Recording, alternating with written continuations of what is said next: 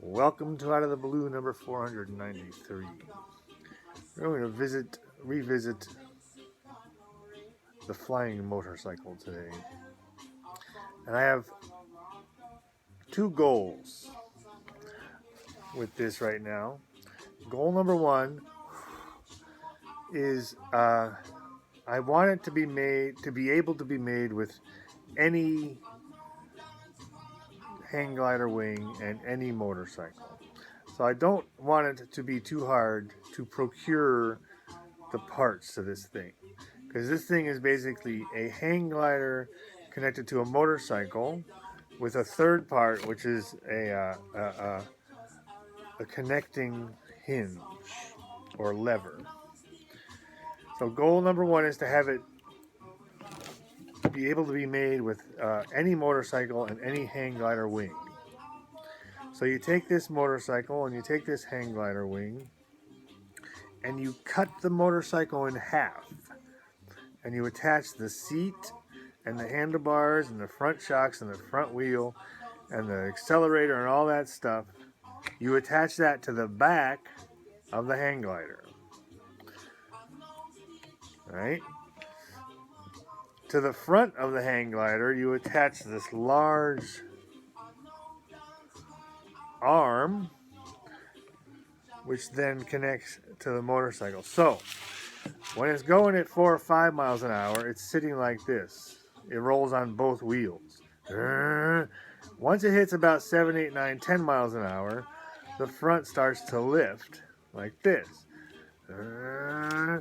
And then once it hits about 15 to 30 miles an hour, the back lifts up and the front floats like that. So now, from the rider's perspective, they're flying this wing about 12 feet over the ground. From the side perspective, the back wheel is on the ground. There's this long lever arm with a hinge, and this thing is just up here flying. You steer by leaning just like you would steer a hang glider. So it steers like a hang glider, but it has a motor on the ground, just like this. So underway, so this thing, there you go. That's the flying motorcycle as it stands now. It's a hang glider connected to a motorcycle. The motorcycle is cut in half, as I showed, and there's a long lever arm so that the accelerator on the handlebars controls this. And then when it slows down to stop, the wing comes down, and then it clicks back in so that it appears as if the motorcycle is all in one piece, which we all know it's not. Alright, so this is what it looks like when it's stopped. When you get cooking 3-4 miles an hour, it stays like this, and then this thing starts to lift. When you get to close to 10 miles an hour, and it keeps lifting, and then when you max out your height, let's say 30 miles an hour, it looks like this, cooking down the road. So it's limited. It could be, if you have a dirt bike one, it can be taken in any kind of field, but you can't go around trees is really the stipulation. So you can go on dirt bike trails with this.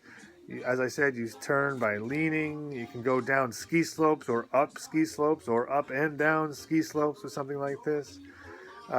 It's limited to open areas with no trees, or roads with no real blockage. But then again, now that I'm thinking about it, I mean, let's say the height of a big semi is 11 feet 7 inches. You could take it on the highway as long as you go under the bridges too. Anyway, so that's where the flying motorcycle stands. It's a dirt bike. It's not actually flying.